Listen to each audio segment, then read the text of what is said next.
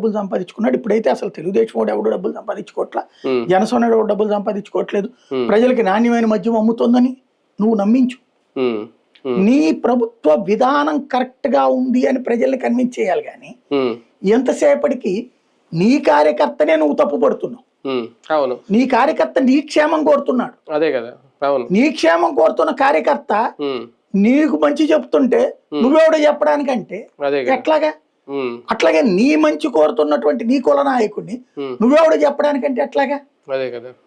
అంటే నీ అంతటి నువ్వు డిజోన్ చేసుకుంటున్నావు. ఇది వైసీపీ దెబ్బతినే టైంలో జరిగినటువంటి ప్రక్రియ. వైసీపీకి రెడ్ల గురించి అంటే ఆ తొక్కలే రెడ్లు ఏది ఎస్సీ ఎస్టీ బీసీ మైనారిటీ అంటే రెడ్లు ఏమన్నారు, మేమందరం అక్కర్లేదు అంటున్నాడు కదా జగన్ అన్నారు.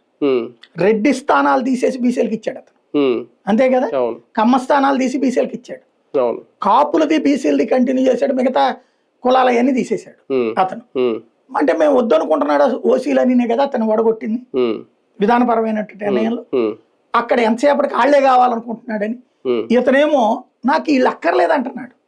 మరి ఎవరు కావాలి నీకు? ఎన్నికలకు ముందు మండపేట సభలో కింద నుంచి అందరూ సీఎం సీఎం అని అరిస్తే ఈయన సభ పెట్టినప్పుడు మీరు అందరూ తలుచుకుంటే మీరు ఓట్లేస్తే నేను సీఎం అవుతాను అన్నారు.